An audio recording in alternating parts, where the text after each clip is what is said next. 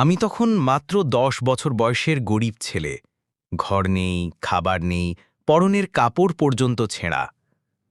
একদিন রাস্তায় এক দোকানের পাশে বসে কাঁদছিলাম। ক্ষুধা আর অভিমান দুই ছিল ভেতরে। তখন হঠাৎ এক ছোট কুকুরছানা তার সামনে এসে দাঁড়ায়। গায়ে কাদা, চোখে ভয়। সে তাকিয়ে বলে, তুইও কি ফেলে দেওয়া? আমিও তো তেমনি। সেই দিন থেকে তাদের বন্ধুত্বের শুরু।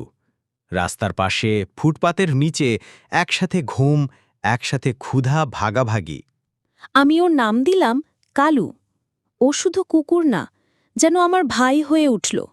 রাতে ঠান্ডায় আমার গায়ে ওর গা লাগিয়ে ঘুমাত।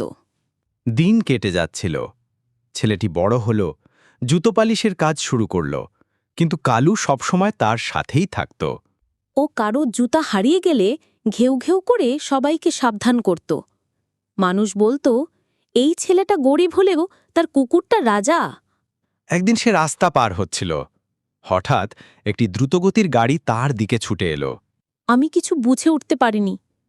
তখনই কালু ঝাঁপিয়ে পড়ে আমাকে সরিয়ে দিল। নিজে গাড়ির ধাক্কা খেল। সে ছুটে গেল, কুকুরটাকে কোলে তুলল। কালুর নিঃশেষ দৃষ্টি যেন শুধু এতটাই বলছে, ভাই, তুই ভালো থাকিস, আমি তোকে বাঁচাতে পেরেছি, এই আমার সব। সেই দিন আমি সব কিছু হারালাম। কালু শুধু একটা কুকুর না ছিল, আমার পরিবার। ভালোবাসা রক্তের সম্পর্কেই সীমাবদ্ধ না।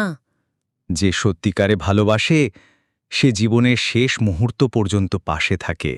মানুষ হয়তো ভুলে যায়, কিন্তু একটা পশুও ভালোবাসলে সে আর কখনো ভুলে না।